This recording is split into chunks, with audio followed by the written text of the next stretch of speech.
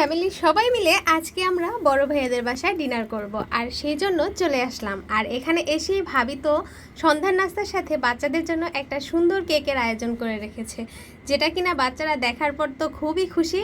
আর এই যে কেকটা কাটার জন্য তো অস্থির হয়ে গেছে। কেক খাওয়ার চেয়েও এদের জন্য কেক কাটার মধ্যে অনেক আনন্দ রয়েছে। আসসালামু আলাইকুম, কেমন আছেন সবাই? সবাই মিলে একসাথে হওয়ার মাঝেই কিন্তু অনেক আনন্দ, তার পাশাপাশি যদি মজার মজার খাবার থাকে তাহলে তো কথাই নেই।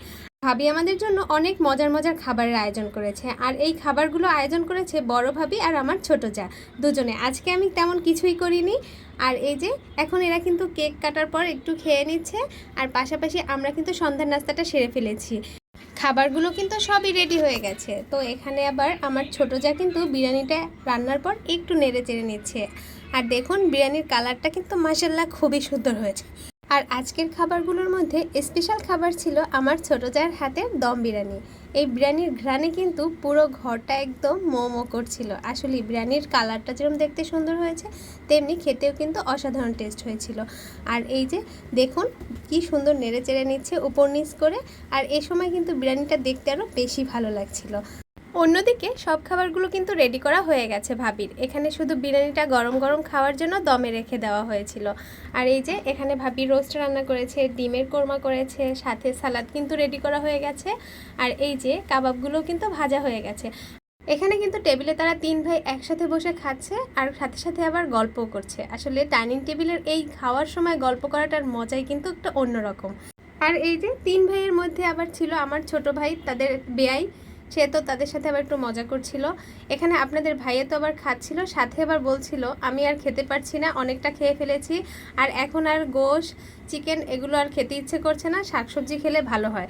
তারপর আমি তো বললাম যা খেয়েছো মাশাল্লাহ খেয়েছো, এখন উঠে যাও, আমরা খাবো না, তাড়াতাড়ি ওঠো। খাওয়ার পরপরই কিন্তু আপনাদের ভাই আবার বেরিয়ে পড়লো বাচ্চাদেরকে নিয়ে একটু বাইরে যাওয়ার জন্য। আসলে বাসার ভিতরে অনেক গরম ছিল, তাছাড়া আজ এত গরম পড়েছে, তারপরও কিন্তু সে চলে গেল কোথায় জানেন? একটু চা খাওয়ার জন্য। সে চা খেতে খুবই পছন্দ করে। আমি তো আবার বলছিলাম যে গরমে এত চা খেতে ভালো লাগে।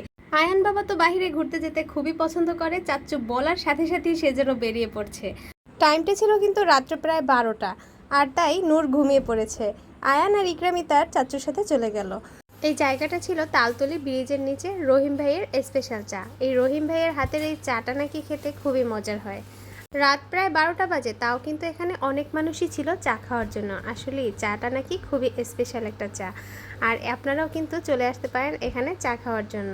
বিকেল থেকেই কিন্তু এখানে চা পাওয়া যায়, আপনারা চাইলে বিকেলেও এসে চা খেয়ে যেতে পারেন। তবে জায়গাটা কিন্তু নদীর পাড়ে, আর লাইটিংয়ের জন্য সন্ধ্যার পরেই দেখতে একটু বেশি ভালো লাগে। আর এই যে একজন বাইরে এসে কিন্তু সে অনেক খুশি, মানে বাইরে ঘুরতে পারলেই তার অনেক আনন্দ। আর এই যে আপনাদের ভাইয়া চা খাওয়া শেষ করে এখন বাসায় চলে যাবে।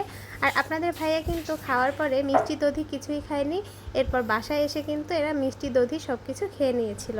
আর এই ছিল আজকের ভিডিও। সবাই ভালো থাকবেন, সুস্থ থাকবেন, আল্লাহ হাফেজ।